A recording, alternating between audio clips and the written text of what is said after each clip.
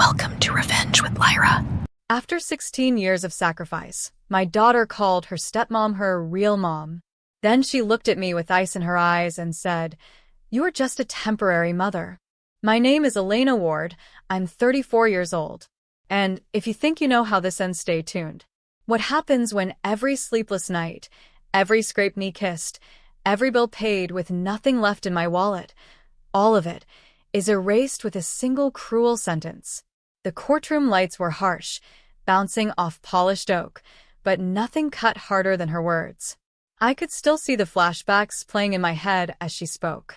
16 years of me working doubles, selling my own jewelry, giving up vacations, birthdays, and even health, just to make sure she had shoes that fit, lunches packed, and a future worth chasing. And now, here she stood beside her stepmother, hand clutching the woman's arm like I was a stranger. Her lawyer painted me as bitter, unfit, irrelevant. My daughter didn't even glance my way. She was too busy nodding along with the woman who had entered her life a few years ago and somehow rewritten the entire story. "Your Honor," the lawyer said, "this adoption should proceed. It's what she wants. It's what's best." Elena was never more than a placeholder. The word placeholder echoed like a hammer to my ribs. I didn't shout. I didn't break down. Instead, I pulled a slim folder from my bag. Inside was the one thing they had overlooked, the one thing they thought I didn't have. When I handed it to the judge, his brows lifted. His eyes cut to them, sharp as glass. And I thought, now it's their turn to feel erased. The judge's fingers traced the edge of the folder, his eyes narrowing as he flipped the first page. The courtroom, noisy a moment ago, fell into a suffocating hush. "What is this?" he asked, his tone sharper than before. I folded my hands on the table. "Proof, Your Honor. Financial statements, custody records, school documents, all under my name. 16 years of my life, accounted for, penny by penny, hour by hour. The kind of sacrifices that don't vanish because my daughter suddenly decided I was temporary." My daughter's lawyer rose quickly. "Objection, Your Honor. These records." The judge raised a hand, silencing him. His eyes scanned faster now, flipping from receipts of hospital visits I paid for, to mortgage papers showing the roof over her head was mine, to bank statements proving every dollar I had poured into her life. I didn't need to look at my daughter to know she was squirming. I could feel the heat radiating from her side of the courtroom. Finally, I glanced over. She wasn't looking at me. She was staring at the folder like it was poison, her stepmom gripping her hand too tightly. "You see," I said softly, the words steady, "temporary mothers don't take out second jobs to cover braces. Temporary mothers don't sit in hospital waiting rooms all night when their child can't breathe. Temporary mothers don't lose their youth just to make sure their child has a future. But I did." The judge set the folder down slowly. His eyes, when they lifted to my daughter and her stepmom, were no longer neutral. They were cold. "This," he said, voice echoing, "changes everything." For the first time that day, my daughter's smug certainty faltered, and the silence that followed felt like the beginning of justice. My daughter's stepmom shot to her feet, her heels clacking against the tile. "Your Honor, this is irrelevant. She's just trying to guilt a child into choosing her. What matters is where my stepdaughter feels loved, not receipts from the past." Her voice dripped with fake confidence, but the tremor in her hands betrayed her. The judge leaned back in his chair. "Irrelevant? 16 years of documented care and sacrifice is not irrelevant. In fact, it's legally central. You are asking this court to erase a mother. I will not do that lightly." I stayed still, my palms flat against the table. Inside, my heart thundered, but I refused to let them see me shake. Then my daughter's lawyer tried a different angle. "Your Honor, while Ms. Ward may have provided financially, emotional neglect is another matter entirely. Our client feels her stepmother has been the real mother in every meaningful way." That was the dagger. They wanted to paint me as cold, detached, replaceable. I swallowed hard, then reached for the second folder in my bag. Slowly, deliberately, I slid it across the table. "If emotional neglect is your argument, perhaps we should review this as well." The judge opened it. Photos, videos, letters. Every birthday card I'd kept. Every photo of me in hospital waiting rooms with her in my arms. Every teacher's note thanking me for attending parent conferences alone. And the video, time-stamped, me cheering in the bleachers at her soccer games while the stepmom wasn't even present. The judge watched in silence as the screen lit up with my daughter's 12-year-old self hugging me, whispering, "Thanks, Mom. You're the best." My daughter's face went pale. Her stepmom's lips parted with no words. And the courtroom shifted.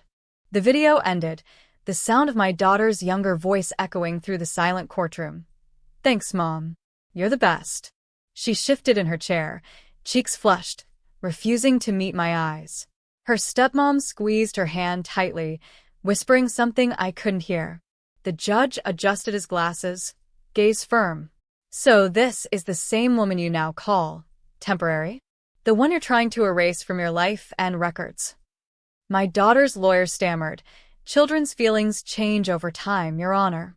"Feelings may change," the judge cut him off, "but facts don't. This evidence shows consistent, active, present motherhood for 16 years. He tapped the folder. "It's becoming harder and harder to accept the claim that Ms. Ward was nothing but a placeholder." I stayed quiet, but my eyes locked on my daughter.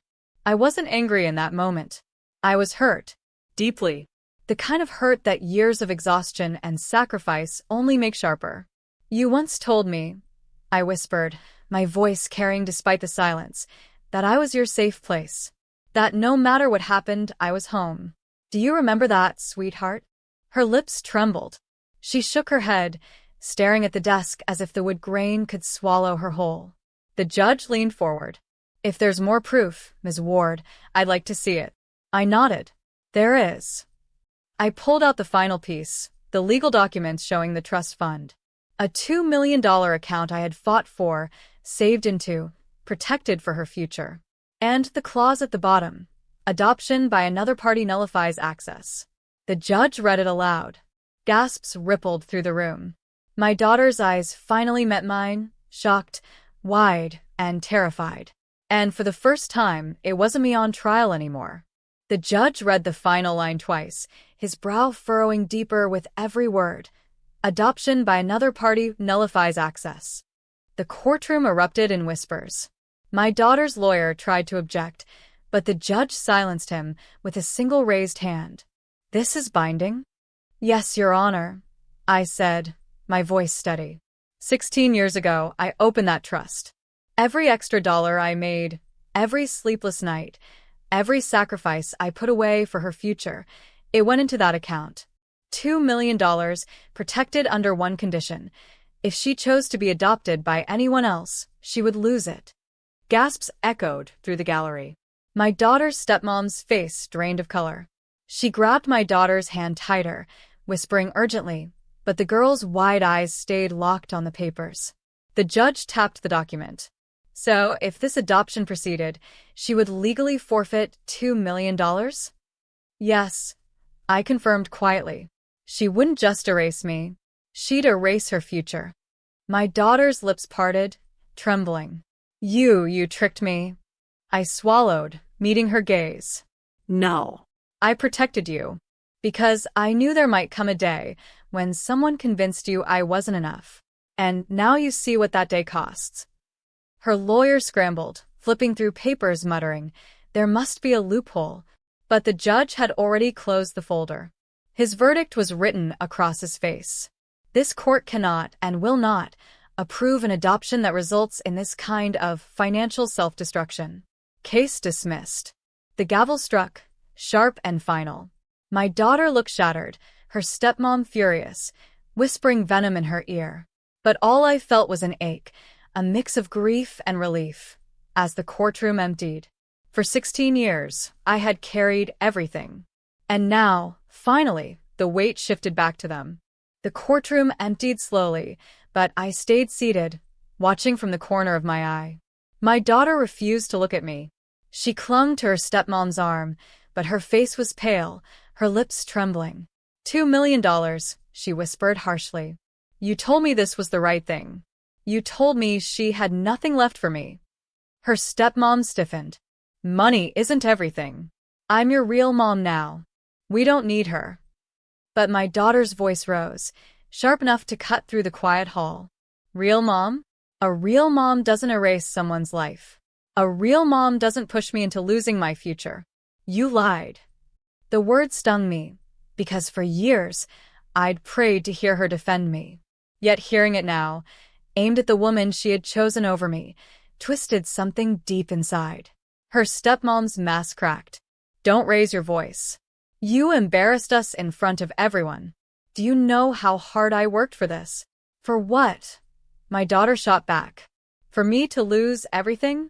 You played me like a pawn. Their voices echoed down the corridor, and for once, I didn't step in to mediate, didn't soften the blow. I let them unravel, every thread of their alliance tearing in public.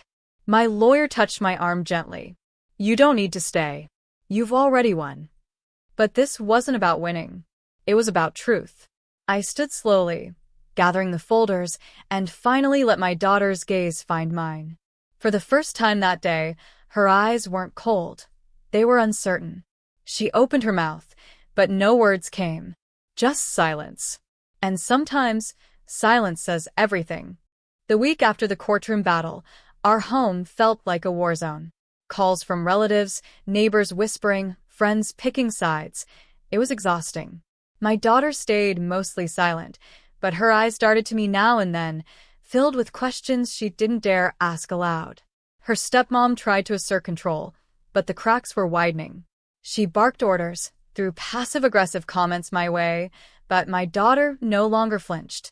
She questioned, she paused, she hesitated, tiny signs that the illusions her stepmom built were starting to crumble. One evening, I found her phone unlocked on the counter. Messages from her stepmom, carefully hidden, threatened to rewrite her story if she didn't comply. My daughter froze as she read them, pale and shaking. You see now, I said softly, why truth matters more than money. She nodded, tears threatening, and for the first time, I felt a flicker of the bond we had almost lost. The next day, during a family gathering, her stepmom tried to flaunt control again. She boasted about her achievements, her influence, even her wisdom in guiding my daughter. But I had prepared quietly, emails, receipts, texts, all proof of her manipulations and lies. I didn't shout. I simply laid the evidence out on the table. Gasps filled the room. Faces paled. The people who had once supported her stepmom turned, incredulous, staring at the undeniable truth. My daughter looked at me, eyes wide, a hesitant smile beginning to form. Her stepmom froze, realizing her empire of deceit was collapsing. Every insult, every threat, every manipulation backfired, leaving her exposed and powerless. Finally, silence. Heavy, absolute silence, except for my daughter, whispering, I understand now. And in that moment, I realized that revenge wasn't about anger or destruction. It was about justice, clarity, and reclaiming what was rightfully ours. The courtroom doors closed behind us one last time.